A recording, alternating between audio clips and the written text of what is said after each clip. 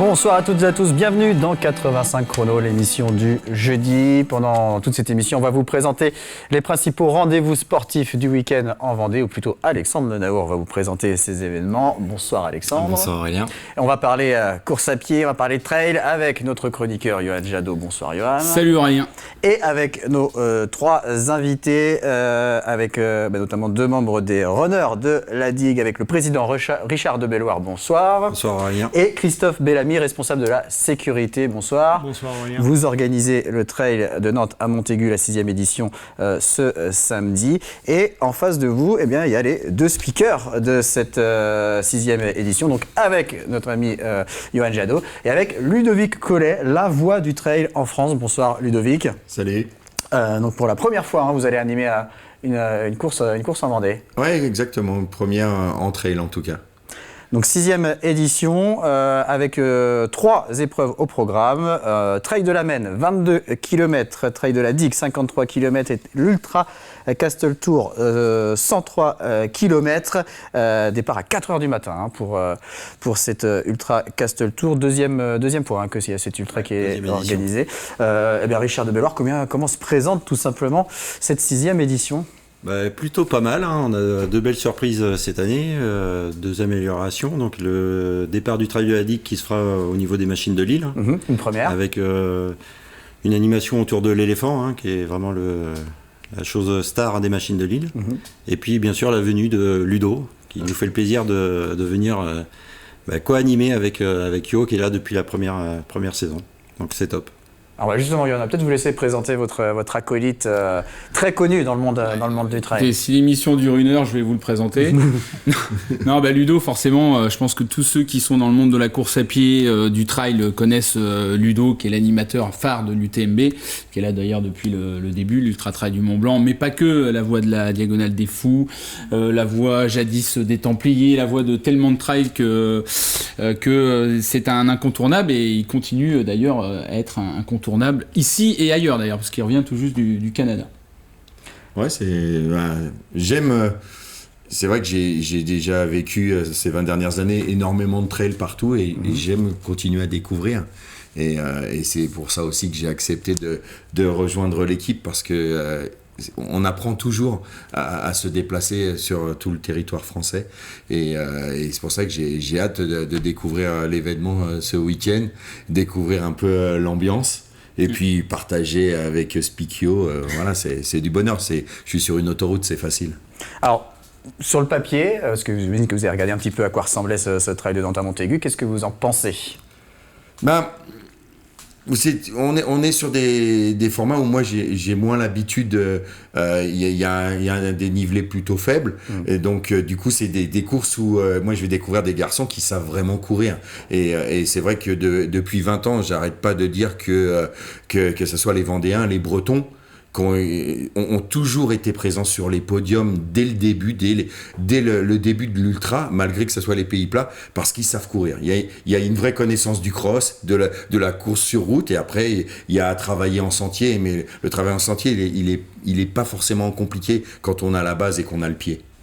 Alors, Richard de Belloir ou Christophe Bellamy, l'un ou l'autre, comment ça s'organise, comment ça se prépare ces 3 épreuves, notamment les parcours ? Est-ce que justement vous essayez de rechercher au maximum le dénivelé, qui n'est pas non plus la caractéristique première de notre département ? Ouais, sur le parcours, non, on évite de faire des allers-retours dans les coteaux. Nous, on recherche les bords de rivières, pas mal. Donc si on a une côte, on va la prendre bien sûr, mais on évite de faire pas mal d'allers-retours, quoi. Donc qu'est-ce que vous recherchez ? Qu'est-ce que vous cherchez à offrir aux participants ? Le paysage, donc sur l'ultra, nous le thème c'est les châteaux, donc on réussit à inscrire quand même 6 châteaux sur ce format-là. Et après, on essaie de faire découvrir tous les aspects de notre région. Donc on traverse pas mal de chaussées, on passe pas mal au bord des moulins, on passe dans le vignoble nantais aussi, le haut bocage vendéen. Donc on essaie de mettre beaucoup de diversité. Combien de participants sur cette 6e édition ? Donc on est un petit peu en augmentation par rapport à l'année dernière, on a une vingtaine de dossards de plus, on est à 930 dossards de vendus pour cette année. Alors Christophe Bellamy, vous êtes responsable de la sécurité. Qu'est-ce que ça représente comme travail ? Qu'est-ce qui est le plus compliqué à organiser sur ce type d'événement ? Ouais, globalement, sur l'événement, c'est 356 bénévoles. Ouais. 356 bénévoles. Au cumulé, si on cumule toutes les heures de présence, on est à 2000 heures de présence de bénévoles sur l'ensemble de la compétition. La difficulté, c'est une course en ligne. Donc on n'est pas sur une boucle. Donc l'acheminement, alors c'est plus de l'organisation que de la sécurité. On emmène les concurrents sur Nantes et sur Aigrefeuille, qui est le départ du Trail de la Maine, et ils finissent tous à Montaigu. Et c'est sur 2 parcours différents. Donc le premier parcours qui est, je dirais, le parcours historique entre Nantes-Montaigu en passant par Aigrefeuille, et au passage par Aigrefeuille, on prend le départ de la deuxième course. Et la deuxième course, donc, qui est l'Ultra Castle Tour, qui a 2 ans. Lui, sans vous faire le détail, c'est 103 km entre bocage et vignoble. Donc tout ça, c'est énormément de temps de présence de bénévoles, parce que les passages sont longs. Entre le premier et le dernier, le bénévole reste sur place. Donc pour ça, ils ont toute notre reconnaissance, que c'est pas toujours simple, que de passer des heures et des heures, des fois avoir un coureur toutes les 20 minutes. Mais voilà, c'est ce qui fait la force de ce bénévolat, et c'est là, je pense qu'on est fort avec le bénévolat ancré, je dirais, dans notre culture régionale. Alors, si on peut parler de tête d'affiche, en tout cas de coureurs un peu connus dans le secteur, ou d'anciens vainqueurs, est-ce qu'on va en retrouver cette année ? Oui, on a Julien Lemériel, qui fait plutôt de la route, lui, qui sera aligné sur le 50. On a David Menanto aussi, du RAPV, qui sera là. Et après, il va y avoir une belle bataille là, sur cette course avec David Menanto qui semble forcément le plus fort, mais donc sur le trail de la digue. Voilà, sur le trail de la digue, la distance de 53 km maintenant, qui est établie à 53, avec Nathan Graton également, jeune coureur du Raid Aventure Pays de Vie. Donc voilà, on devrait avoir un petit peu de bataille, et un Italien aussi qui pourrait peut-être venir sur la boîte. Et puis bien sûr Anthony Guillard sur le 22, 4 fois vainqueur, voilà. Oui, un habitué. Il est à domicile. Et donc on retrouvera donc départ 4h du matin au château des Ducs pour l'Ultra Castle Tour samedi. Vous l'avez dit, aux Machines de Lille à 11h pour le trail de la digue, et donc à 14h à Aigrefeuille-sur-Maine pour le trail de la Maine, et arrivée des coureurs étalée entre 13h et 19h place de l'Hôtel de Ville à Montaigu, avec donc au micro Johan Jadot et Ludovic Collet. On va continuer à parler bien sûr de ce trail de Nantes à Montaigu et de tout ce qu'il y a autour dans quelques instants, mais on va s'intéresser au reste de l'actualité sportive avec du tennis, Alexandre, avec une 10e surprise pour le 10e Open de Vendée de tennis. Elle a été annoncée aujourd'hui. C'est ça, même il y a quelques minutes pour cette 10e édition, une paire de renom sera alignée sur le double. Cette paire, c'est Nicolas Mahut et Pierre-Hugues Herbert. Mahut Herbert, c'est tout simplement l'une des meilleures paires en tennis en double sur les 10 dernières années. Double vainqueur de Roland-Garros, vainqueur de l'Open d'Australie, de l'US Open et de Wimbledon. Tous les grands chelems y sont passés, puis c'est aussi une belle histoire de revoir les deux hommes alignés en Vendée, puisqu'en 2014, Mahut et Herbert avaient déjà disputé leur 2e tournoi ensemble, et c'était en Vendée. Un mot de cyclisme, puisque Johan, vous ne parlez plus de vélo dans cette émission, donc je m'y colle. Un nouveau coureur du côté du team Total Energy, avec la signature de Thomas Gachignard en provenance de l'équipe Saint-Michel Mavic Aubert 93. Il s'est engagé pour 2 saisons. Et puis un mot de ring hockey également. Et un mot de Riconquet, exactement, puisque le club de la Vendéenne connaît ses futurs adversaires pour le premier tour de la Ligue des Champions, un premier tour avec lequel les Lyonnais hériteront du groupe A, ce groupe composé des Allemands d'Eringen et des Italiens de Follonica. Et une bonne nouvelle, c'est que tous ces matchs seront à suivre à domicile à l'Angelmière, vendredi 13, samedi 14 et dimanche 15 octobre prochain. Alors, on l'a dit, trail de Nantes à Montaigu samedi, mais il y a plein d'autres événements sportifs ce week-end, Alexandre. On va commencer avec le football. Et oui, on ouvre donc cet agenda avec le ballon rond qui sera à suivre en Vendée ce week-end, la 5e journée du championnat de National 2, vendredi soir à Massabielle. Les Herbiers reçoivent Bourges, actuelle lanterne rouge. Coup d'envoi à 18h. À noter que la Roche VF, actuelle 3e, sera en déplacement sur la pelouse de Romorantin et jouera samedi soir. En National 3, 4e journée et 3 affiches programmées sur les terrains vendéens. Actuel 3e, le Poiret reçoit la réserve du Stade Lavallois.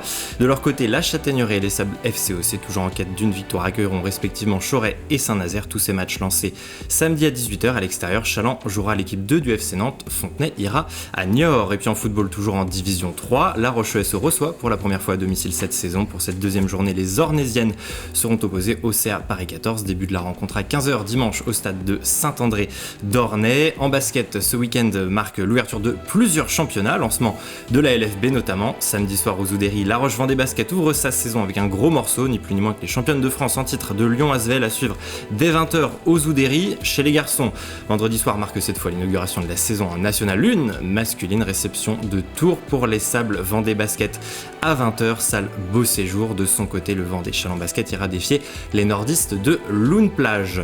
Un cran en dessous en National 2 masculine, Saint-Georges de Montaigu accueille l'équipe de Pornic, actuelle 3e du championnat. Rendez-vous samedi à 20h, salle des sports pour cette 3e journée. 3e journée aussi pour la National 3 masculine samedi soir. Chambretot reçoit Orme, l'entente BCY-CEPA RVBC jouera Clisson. Et puis Chalon-Riévy accueillera Caen et Rouville. À suivre également un déplacement de Luçon-Saint-Gemme à Orléans et de Salertaine à Quimper. Dernier mot de basket avec la National 3 féminine pour le compte de la 2e journée derby entre les Herbiers et Riévy. De son côté, le Smash recevra la réserve du Rennes Avenir Basket dimanche à 15h30. Et en clôture de ce premier volet de l'agenda, 3 matchs de handball du côté de Pouzauges. D'abord, le PVHB tentera samedi soir de décrocher son premier succès de la saison. Ce sera face à Gien, salle de l'Étoile à 19h. En National 1 féminine, cette fois, place à la 3e journée pour les joueuses d'Ophélie Charbonneau. La Roche-Vendée Handball reçoit à 20h30 l'équipe de Blanzade, dernière au classement à la salle Omnisport. Et puis en levée de rideau, à 18h30, c'est l'équipe réserve du RVHB qui ouvrira la soirée en National 2. Les Lyonnaises reçoivent Clermont pour tenter de débloquer leur compteur cette saison.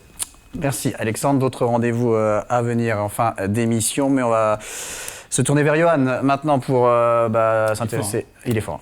Il respire un peu maintenant parce que c'était quand il était en apnée. On va venir sur l'actualité un peu. Oui. Course à pied, actualité trail. On va venir un peu sur ce qui s'est passé le week-end dernier. Ah oui, que de courses. Je vais m'arrêter sur une pour pas faire trop longtemps dans cette chronique. J'aurais pu parler de la course au jambon avec Renin Muiron, avec le Gobro Trail, avec la Renaissance.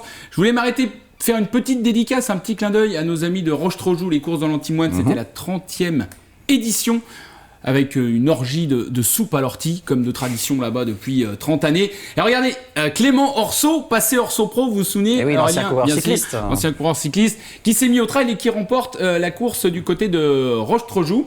Voilà, qui commence à avoir des petits cuisseaux de trailer. Et puis bien sûr l'INSEE Alétru du côté de l'AC Chantenay, mais également du Chantenay Raid. Je le souligne parce que c'est l'une des selles raideuses du côté de Chantenay. Voilà. Et donc vous vouliez parler également du trail qui entre dans une autre dimension. Oui, et puis en plus c'est l'occasion que Ludo soit là pour réagir, mais c'est vrai que le trail rentre peu à peu dans une autre dimension, et ce grâce à l'UTMB Gate cette année. On n'a pas eu le temps d'en reparler, on a parlé des résultats il y a 15 jours, mais l'UTMB, la première finale des UTMB World Series cette année, qui était renommée Dacia UTMB Mont-Blanc. Alors, ça s'appelle du naming. Du naming, bon, ça existe depuis longtemps, que ce soit sur marathon, sur plein d'épreuves. Mais sur le trail, en tout cas sur une épreuve aussi phare, on n'avait pas vu encore ça. Et puis du coup, je me suis dit, forcément, le trail rentre un peu plus dans la polémique. Ça veut dire que c'est important. Donc, plus il y a de la polémique, ça veut dire que le sujet est important. Donc, ça veut dire que le trail est important. Il faut un débat vif. Il y a un sujet brûlant. Et le sujet brûlant, c'est quoi? C'est forcément de faire pour certains la promotion de l'enfer avec Dacia, puisque Dacia a renforcé son partenariat avec l'UTMB sur les UTMB World Series, mais donc en donnant le nom de cette finale. Et donc ça a démarré avec une pétition de l'association des Green Runners qui réclame à l'Ultra Trail du Mont Blanc de cesser immédiatement sa collaboration avec la société fossile qui utilise beaucoup d'énergie et à forte émission carbone. Et d'ailleurs, on a retrouvé différents coureurs. Et là, c'est parti en live dans tous les sens. Sur les réseaux sociaux, des coureurs se sont pris les uns pour les autres. Ils se sont presque insultés. On avait Damien Hall, 5e en 2019 de l'UTMB, qui fait partie des Green Runners. Le plus illustre, c'est Andy Simons, multi-récidiviste sur le Mont Blanc, et qui disait à ce propos: je suis convaincu que le sport, et en particulier les sports qui se déroulent en plein air et dans des environnements naturels, devrait promouvoir la protection de notre planète. À cet égard, il est très décevant de voir des équipes et des événements sportifs s'associer à des entreprises dont les activités sont entièrement capitalistiques et destructrices de l'environnement. Voilà, bon, le tableau est dressé. Néanmoins, Andy Simons était quand même ce week-end du côté des UTMB World Series, le Witch Trouble. D'ailleurs, il remporte le format 100 miles du côté de Grand Montana et obtient donc sa qualification pour l'UTMB l'année prochaine. Alors je ne suis pas sûr qu'il y aille, mais en tout cas le torchon brûle entre l'association des Green Runners et Frédéric Lénard, directeur de l'UTMB Group, lui se défend en disant que l'UTMB fait des actions concrètes, on réduit les bouteilles, on met des transports collectifs pour les coureurs et que Dacia partage en quelque sorte les mêmes valeurs que l'UTMB dans son combat, dans sa réduction en tout cas d'émissions carbone. Bref, deux camps qui s'opposent, et donc on appelle ça, parce que les green runners disent que UTMB fait du greenwashing, donc de l'éco-blanchiment, voilà, c'est un peu le nouveau mot à la mort. Mais, alors chacun se positionnera où il voudra, mais ce que je trouve intéressant, c'est qu'en fait, quand il y a des sujets polémiques, ça veut dire que souvent les sports deviennent importants, et je trouve que ça donne un peu d'importance. Et le deuxième sujet, pour lequel je trouve que le trail est rentré dans une autre dimension, c'est forcément, alors j'ai pas les images malheureusement, mais grâce à l'initiative des Genoux dans le Gif notamment, qui ont fait au col de la Forclaz, je sais pas si vous avez vu ces images, mais un espèce de virage Pinot, à l'image de la 20e étape du Tour de France dans la montée du petit ballon. Là on était au col de la Forclaz, c'est avant Triante je crois Ludo, c'est ça ? Eh bien, on a eu mais un festival, quoi. C'était du délire. On pensait qu'il y avait 50 personnes et en fait, les fumigènes ont sauté de partout. Bref, c'est rentré un peu plus, l'UTMB est rentré un peu plus dans la légende il y a 15 jours. Très bien. On poursuit avec un autre sujet qui fâche, le dopage. Oui, une mauvaise nouvelle, mais en même temps, c'est une bonne nouvelle parce que quand quelqu'un se fait prendre dans le dopage, c'est toujours une bonne nouvelle pour le sport, même si c'est une mauvaise nouvelle. Bon, bref. Pour l'instant, c'est des suspicions parce que Mouhamadou Fall, que vous avez à l'image, a été contrôlé positif à l'Autodrine juste avant les championnats de France à Albi. Et ce qui est fâcheux, c'est qu'en plus, c'est le champion de France du 100 mètres en titre et qu'il était d'ailleurs du côté des mondiaux à Budapest. Il avait été relaxé d'ailleurs dans un dossier juste avant parce qu'il avait manqué 3 fois de donner sa localisation. Bon là visiblement l'Autodrine a été détecté. L'Autodrine c'est un stimulant dans les produits dopants, un peu comme la cocaïne, un peu comme les amphétamines. La seule explication que pourrait peut-être nous donner Mouhamadou Fall, mais je veux pas faire son avocat, c'est que l'Autodrine est souvent présente dans les compléments alimentaires, notamment aux États-Unis. Et comme il s'entraîne là-bas, peut-être qu'effectivement, malencontreusement, à l'insu de son plein gré, il aurait mangé une petite pastille qu'il fallait pas. Bref, affaire à suivre. Très bien. Enfin... non, on va s'arrêter là. c'est fini ? Oui, vous n'avez même pas le temps de faire votre carton rouge. je vais mettre le carton rouge. Et votre anecdote sur la triche au marathon de Mexico que vous n'avez pas eu le temps de faire la dernière fois, ça viendra. Je ne sais pas si on l'aura cette saison. Elle sera parfaite. Mais gardez-la encore au chaud pour votre prochaine intervention. Si vous êtes intéressé d'ailleurs par cette anecdote, sinon on l'arrête tout de suite. On la gardera pour plus tard. Parce que maintenant, c'est l'heure de passer à l'entretien de 85 chrono. Et vous en parliez tout à l'heure, Alexandre, ça va être la reprise de la Ligue féminine de basket ce week-end avec le RVBC face à Lyon Asvel. Et vous êtes allé à la rencontre d'une des joueuses du RVBC qui n'a pas chômé cet été. Exactement, oui. En amont de ce match, nous sommes partis à la rencontre de Louise Prono, tout juste passée professionnelle et bien du côté du RVBC. Elle est revenue pour nous dans 85 chrono sur son très bel été et son titre aussi de championne de France, vous allez le voir, avec les moins de 20 ans. Championne d'Europe. Championne d'Europe, oui, évidemment, c'est beaucoup mieux. Et surtout, l'entretien a été réalisé il y a quelques jours, vous allez reconnaître l'endroit à la Halle des Sports des Oudéry. Bonjour Louise Prono, merci d'avoir accepté cet entretien pour 85 chrono. Donc, ça fait déjà 5 ans que vous êtes au club, vous allez entamer votre 6e année, vous êtes passé par le centre de formation, par les équipes jeunes, par la réserve. On rappelle aussi que vous jouez au poste 3, poste plutôt d'ailière. Et au mois d'août, vous avez signé votre premier contrat professionnel avec le RVBC. Une nouvelle page donc qui s'écrit pour vous dans l'année de vos 20 ans. Ouais, exactement. Franchement, c'était un objectif de pouvoir signer un contrat pro dans les années qui allaient venir et je suis contente que ça soit avec le RVBC parce que c'est quand même un club qui me tient beaucoup à cœur. C'est la famille ici, ça fait longtemps que je suis là. Donc quand Manu et le président m'ont fait cette offre, forcément que j'ai accepté parce que déjà c'est un challenge pour moi et encore plus heureuse de pouvoir commencer ma carrière ici. Dans quel rôle est-ce qu'on peut vous attendre cette année et vous qui avez aussi eu ce rôle de remplaçante qui vous plaisait aussi et auquel vous étiez un petit peu attachée? C'est vrai que cette année, j'attends plus des autres années, dans le sens où j'espère avoir plus de responsabilités et pouvoir aussi apporter sur mes points forts à l'équipe. Si j'accorde ma confiance à Manu et que lui il l'accorde en retour, je pense que ça peut vraiment bien se passer.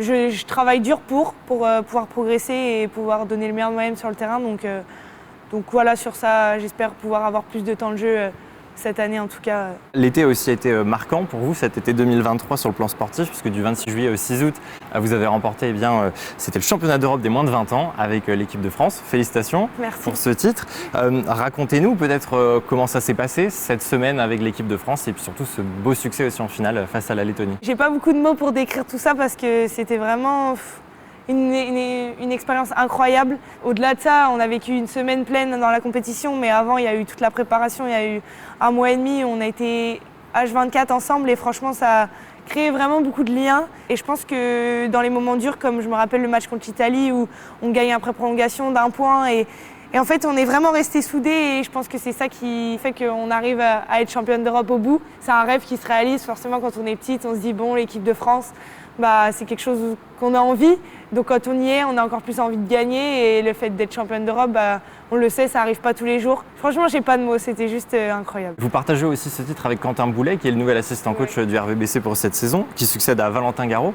Qu'est-ce que cette expérience en équipe de France, elle peut vous apporter, Louise, pour cette saison à venir? Cette expérience, elle peut m'apporter beaucoup de confiance. Parce que c'est vrai que quand on revient d'un été plein comme ça, avec un tel succès, ça procure beaucoup de confiance. C'est ce qu'il me fallait pour arriver sur ce début de saison. Sur aussi l'expérience de comment ça s'est passé, gérer les moments parce que j'ai quand même joué sur la compétition. Donc ça fait plaisir aussi de vivre quelque chose et d'être dans les rotations, de pouvoir jouer. Et je pense que ça va m'apporter là-dessus. Est-ce que l'équipe de France A, on y pense aussi un petit peu ou ça reste un autre objectif un peu plus loin? Non, bien sûr, l'équipe de France A, c'est quand même un objectif, c'est vraiment un objectif sur le long terme où j'ai vraiment envie, ça a toujours été un rêve et je me dis j'ai accompli des rêves quand j'étais plus petite, j'ai réussi à les accomplir maintenant et forcément quand on les accomplit on veut toujours aller voir plus loin. Je sais qu'il va falloir beaucoup travailler et qu'il va falloir faire mes preuves aussi sur les matchs de LFB ou d'Eurocup, mais vraiment, c'est quelque chose que j'ai vraiment envie et je ferai tout pour y arriver en tout cas. Si on se reconcentre un petit peu sur la saison qui va commencer, le premier match en tout cas ce sera le 23 septembre face aux championnes de France en titre de Lyon Asvel, donc une grosse affiche ici aux Oudéry. Comment s'est passée cette transition justement entre la fin du championnat d'Europe et la reprise, en tout cas la pré-saison de LFB? Ça n'a pas été trop compliqué cette transition? Ouais, je vais pas te mentir, ça a été compliqué parce que c'est dur de redescendre, on est quand même sur un nuage quand on rentre et c'est vrai qu'on est rentré le 7 août et on a repris le 14 avec La Roche, donc j'ai vraiment eu qu'une semaine et cette semaine entre les deux, elle a tellement été pleine d'émotions, de revoir ma famille, tout ça, et c'est vrai que quand je suis arrivée à La Roche, j'ai eu du mal à remettre les pieds sur terre un petit peu, mais j'ai réussi maintenant à switcher et je sais que ça restera toujours en moi et que maintenant, il y a d'autres objectifs qui viennent avec La Roche. Cette année encore, La Roche sera en Eurocup Women avec un premier match le 12 octobre face aux Polonaises de l'Arka Gdynia.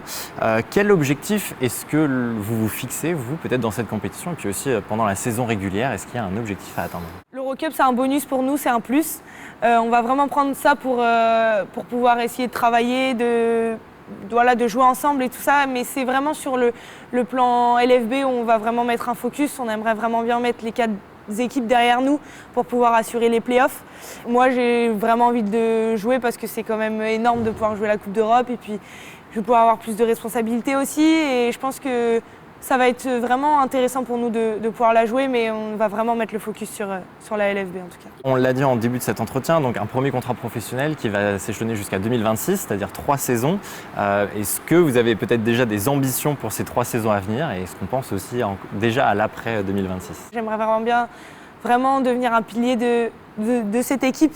Je parle vraiment sur un projet à long terme, je ne parle pas du tout sur l'année qui arrive. J'aimerais vraiment d'abord prouver et confirmer l'année dernière de ce que j'ai fait sur cette année. Je suis quelqu'un qui a vraiment envie de progresser, avancer. Je sais que j'ai beaucoup de boulot encore. Je mettrai tous les outils en place pour pouvoir arriver à mon plus haut niveau. Et après 2026, c'est loin, donc c'est dur de se projeter. Voilà, il y a des ambitions, l'Euroleague. Non, franchement, pour le moment, j'essaye de me focus sur ici, à La Roche, faire ce que j'ai à faire et c'est sûr que si je travaille dur, les objectifs que je veux arriveront derrière. Eh bien, on sera là en tout cas pour suivre tout ça cette saison et puis pour suivre surtout la saison des Tigresses également. Merci Louise Prenot. Merci.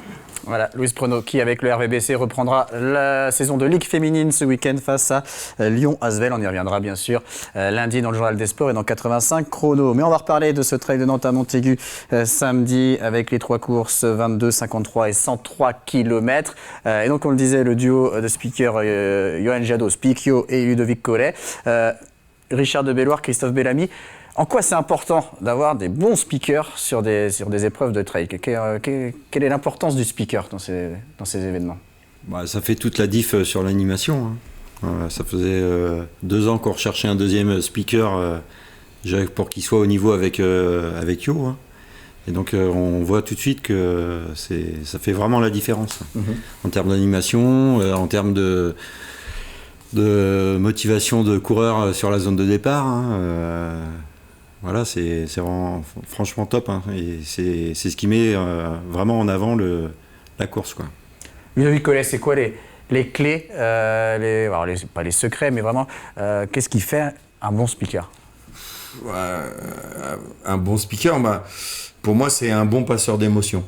On est des passeurs d'émotions et puis on parlait tout à l'heure des bénévoles, de l'organisation qui travaille très très dur. Nous, on est un petit peu le papier cadeau. Tu vois, on est là pour embellir encore plus avant d'ouvrir cet événement. Et donc, du coup, c'est de l'enthousiasme, du savoir-faire, une voix. Enfin, il y a beaucoup de choses. Il y a des moments importants. Pour moi, je dis souvent, c'est une partition. Quand j'arrive le matin, je sais le début de mon concert, jusqu'où je veux l'emmener, jusqu'à la fin, jusqu'à la dernière note. Il y a des moments où tu montes, où tu te fais bouillir le sang, des moments qui sont plus calmes. Après, il y a des émotions qui arrivent. Voilà, et puis tu dois vivre le moment, en fait. Tu regardes à 360 et t'expliques ce qui se passe. Et puis, si tu as envie que les gens reviennent l'année d'après, il faut qu'ils aient passé une belle journée, en plus de ce qu'ils ont vécu sur le terrain. Alors, ce trail, c'est bien sûr une épreuve sportive, mais pas seulement. On est aussi sur un trail solidaire, puisque, comme chaque année depuis l'origine, je crois, les bénéfices sont reversés à une œuvre. C'est ça. Donc c'est l'œuvre des pupilles. Donc c'est une association qui prend en charge les orphelins de sapeurs-pompiers. Donc on est à un peu plus de 25 000 € qu'on a reversé depuis le début de la première édition. D'accord. Et on est aussi sur un trail éco-responsable. Ça aussi, vous êtes attentif à mettre en place des choses pour être toujours respectueux de l'environnement. Ça se traduit par quoi?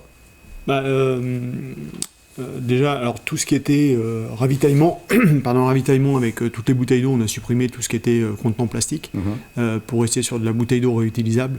Donc tout c'est de l'eau gazeuse, c'est gazéifié sur place dans des bouteilles réutilisables. Tous les sodas, c'est pareil, c'est fait sur le même principe. On met plus à disposition de gobelets ou choses comme ça. Donc chaque coureur a son éco-tasse avec lui. Et on est aussi vigilant, nous, sur... En fin de compte, on prend possession d'un territoire qui n'est pas le nôtre, où on a des propriétaires qui nous font confiance, et que ça fait 6 ans qu'ils nous font confiance, et on leur rend leur domaine dans le même état où on l'a pris. C'est-à-dire que nous, tout le balisage qu'on met en place, dans les 6 heures, et quand je dis 6 heures, c'est le grand maximum, le balisage est enlevé. Et on s'attache vraiment à ça, c'est de rendre le site dans le même état. On est en relation avec des organismes comme Vendée Nature aussi, pour des passages en zone protégée. Ils nous font confiance, donc on leur doit ce retour. Alors, un peu plus de 900 coureurs prévus donc, de coup samedi, mais aussi du public, forcément. Comment le public peut-il suivre la course? Et alors, je crois qu'il y a pas mal d'animations prévues sur le site d'arrivée. Est-ce que vous pouvez nous en dire un peu plus? Ouais, donc, depuis l'année dernière, on prend l'application Live Trail. Donc ça, il y a un super suivi de ce côté-là pour les spectateurs. Ils peuvent suivre quasiment en temps réel où se trouvent leurs coureurs. D'ailleurs, c'est le seul en Vendée à avoir ce dispositif. C'est la seule course qui utilise Live Trail. D'accord. Et puis après, en termes d'animation, donc on met toujours la tyrolienne qui passe au-dessus des douves du château. Donc sur le site d'arrivée. Voilà, sur le site d'arrivée. On a aussi la slackline et puis une structure gonflable pour enfants qui est gérée par l'Ajagim de Montaigu. Et on a aussi un duplex avec du départ qui est retransmis en direct sur l'aire d'arrivée, ce qui permet aux accompagnants de pouvoir à tout moment être, je dirais, dans l'émotion que nous retransmettent les speakers. Et c'est aussi accessible sur notre page Facebook. D'accord, page Facebook des runners de la Digue. Ouais. Et donc oui, vous parliez des animateurs qui sont là aussi pour donner les départs, pour corriger les coureurs, mais pour aussi animer le public. Rapidement, Ludovic Collet, un petit mot sur votre acolyte et sur notre chroniqueur course à pied. Qu'est-ce que vous pouvez dire sur lui? Il fait partie de cette jeune génération qui a pas eu honte de. Oh, si, il fait partie des jeunes. À m'écrire pour me dire, écoute, moi, à chaque fois que je vois tes départs, j'ai la larme aux yeux, j'aimerais bosser ensemble. Et du coup, je me suis intéressé au phénomène. Et puis, voilà, moi, je trouve qu'il y a. Je dis souvent aux animateurs de trouver leur particularité, d'être leur propre personnage. Et moi, j'aime beaucoup Yo. Dans les interviews, je trouve qu'il a une faculté à interviewer les coureurs, à amener de l'humour. J'aime son style et je sais que là, ce week-end, on va passer un super moment ensemble parce que il a compris l'essence de ce sport. Donc, il est connecté avec les coureurs, avec les organisateurs et ça m'étonne pas qu'il le reprenne depuis 6 ans, quoi. Eh ben, vous allez nous le faire pleurer, notre Johan. C'est la pièce maîtresse de notre animation. Hein. Mais moi, je serai en second et j'ai aucun problème avec ça, quoi. Et au contraire, c'est lui qui va mener la danse et moi qui vais l'accompagner. Ça va faire un beau duo. Ouais, ça va être magnifique. Les autres rendez-vous sportifs du week-end, Alexandre. Allez, on repart avec du rugby ce week-end avec la deuxième journée du championnat de Fédéral 3 pour le RC Sablé qui a gagné le week-end dernier. Et pour ce match, les Sablés accueillent Chauray au stade de la rue de Lierre. Début des hostilités à 15h15 dimanche. Et puis à noter qu'en Fédéral 2, le FC Lyonnais se rendra à Trignac, même jour, même heure. Toujours au Sable d'Olonne dans la matinée de dimanche, c'est le grand départ de la Mini Transat direction Santa Cruz de la Palma aux îles Canaries avant de rallier Saint-François en Guadeloupe pour les quelques 90-650 engagés dans cette 24e édition. En hockey sur glace, pas de reprise encore pour le Haut-Glé. En revanche, le hockey sur glace lyonnais reçoit samedi et dimanche Toulouse pour une double confrontation amicale. Ce sera suivre à la patinoire du complexe Arago de La Roche-sur-Yon. Du côté de Sérigny, place ce dimanche à un événement multidiscipline. Les boss vendéennes du cyclo, du VTT, du trail entre autres vous attendent pour cette 33e édition. Premier départ dès 8h à Saint-Hilaire-de-Riez samedi direction la course de la Corniche vendéenne. Distance comprise entre 7 et 21 km. Marche et courses enfants sont également au menu. Les courses principales s'élanceront à partir de 14h. Autre course à l'agenda ce week-end, c'est la Castel Run avec ses deux formats, la Petite Castel 7 km et la Grande 14 km 500, départ échelonné entre 8h et 9h30 samedi matin à Sèvremont. Et puis deux dernières courses à vous communiquer. Tout d'abord un nouvel événement avec le 10 km des Herbiers, une épreuve sur 5 km vous attend à 9h. Le 10 km ce sera à 10h, départ et arrivée prévue depuis le centre de secours Herbretet. Je commence à perdre ma voix, effectivement. Et puis à Aubigny-les-Clouseaux, nouvelle édition de la Run Up to Nature, course de 6, 12 et 23 km. Rendez-vous à 17h à la salle de sport des Clouseaux. Et puis enfin, le dernier rendez-vous, c'est du Longe-Côte. La deuxième édition de l'Open des Sables d'Olonne, relais en duo de 8 km. Ce sera sur la grande plage des Sables samedi dès 13h. Voilà, donc la course à pied se porte bien en Vendée, vu le nombre d'événements prévus ce week-end. Et comme on a 4 spécialistes de trail et de course à pied, on va les défier sur un petit quiz. On va faire 2 équipes, on va séparer l'écran en 2. Richard de Belloir, Christophe Bellamy face au duo de speakers Ludovic Collet, Johan Jadot. Et les questions vont être posées par Alexandre. C'est parti Alexandre, première question. Je compte sur vous pour contrôler. Je vais faire l'arbitre. Triche pas, effectivement. Bon, alors l'an dernier, c'était la première édition du 103 km de l'Ultra Castle Tour. Qui était le vainqueur l'an passé? Sopin. Alexandre Sopin. Et c'est une bonne réponse de Richard de Belloir. Ah, 2 secondes d'avance. Un point pour les runners de la D. Le plus proche sur son chrono final arrivé pour Alexandre Sopin. 9h55. 9h56. Ah, c'est une bonne réponse de Johan. 9h56 et 21 secondes. Égalisation. Comment s'appelait la première femme sur ce trail de l'Ultra Castle Tour? Margot Girard. Non. Margot Girard, qui sera d'ailleurs, qui sera pas là malheureusement cette année, qui sera au Nice Côte d'Azur by UTMB. C'est une bonne réponse pour les speakers. Bon, alors une question un peu plus actu. Aujourd'hui, il y avait une équipe de France de course qui était en Vendée pour l'un de ses stages de préparation. Quelle était cette équipe de France? Ah, plus difficile ça. Bill Bocquet. Non, on est sur de la course à pied. Ah, course à pied. Ah, l'équipe de France de trail avec Adrien Séguré, ils sont pas là? Non. Ouais, ça va. C'était Saint-Jean-de-Mont. C'est à Sur Saint-Jean-de-Mont. un stage de préparation.